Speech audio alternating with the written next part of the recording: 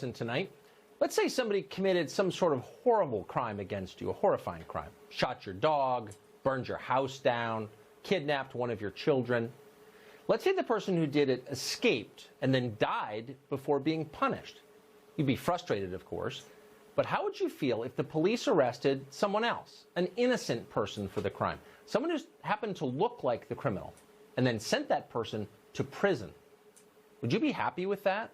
Would you consider it justice? If so, you probably agree with Congresswoman Sheila Jackson Lee of Texas that we need reparations for slavery. Jackson Lee held hearings on the subject today in Congress.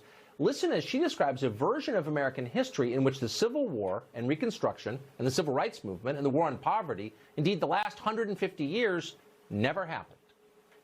The role of the federal government in supporting the institution of slavery and subsequent discrimination directed against blacks is an injustice that must be formally acknowledged and addressed. I just simply ask, why not? And why not now?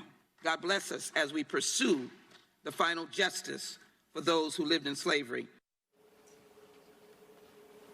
Of course, that very same federal government also lost more than 600,000 men fighting slavery.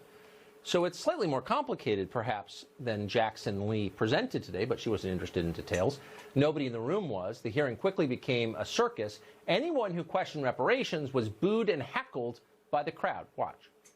It is important that we know our history and we not punish people today for the sins of their predecessors in the Democratic Party. But I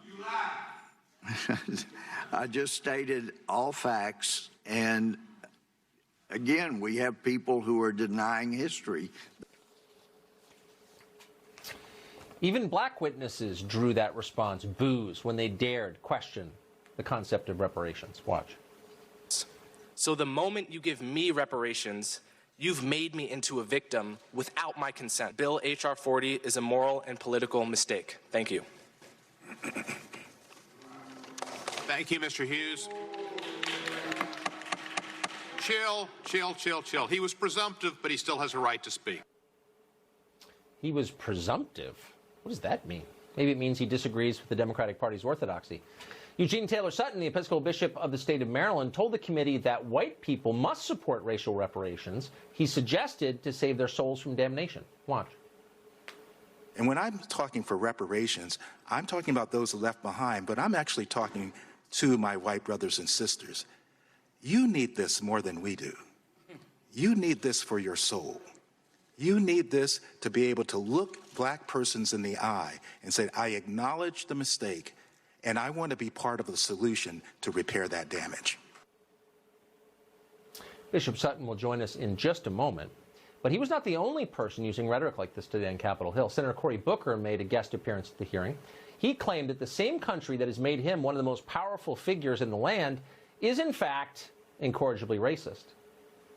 We as a nation have not yet truly acknowledged and grappled with racism and white supremacy that has tainted this country's founding and continues to persist in those deep racial disparities and inequalities today.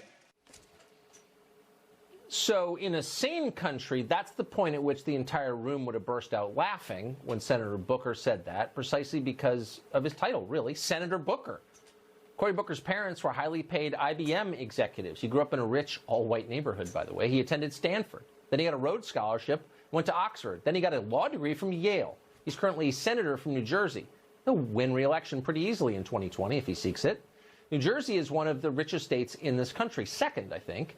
It's also majority white. So if white supremacy were a huge problem in America, how did Cory Booker become a senator?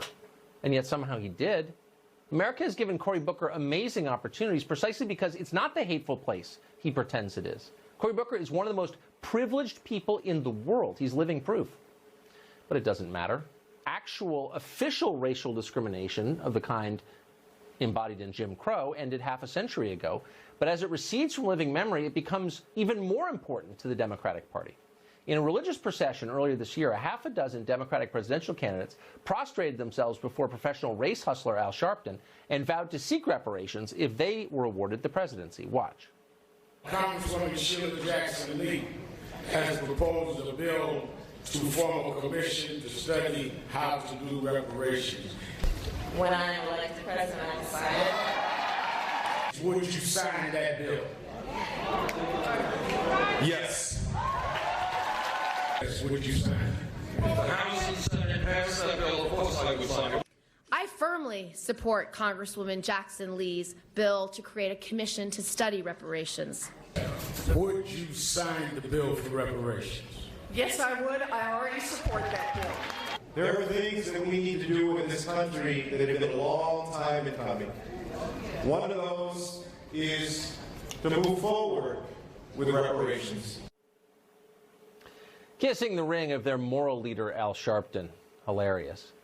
But on one level, it's not funny. As we're often told correctly, America is a diverse country now and becoming more so. A diverse society can only survive by finding shared values and shared goals and pursuing them collectively.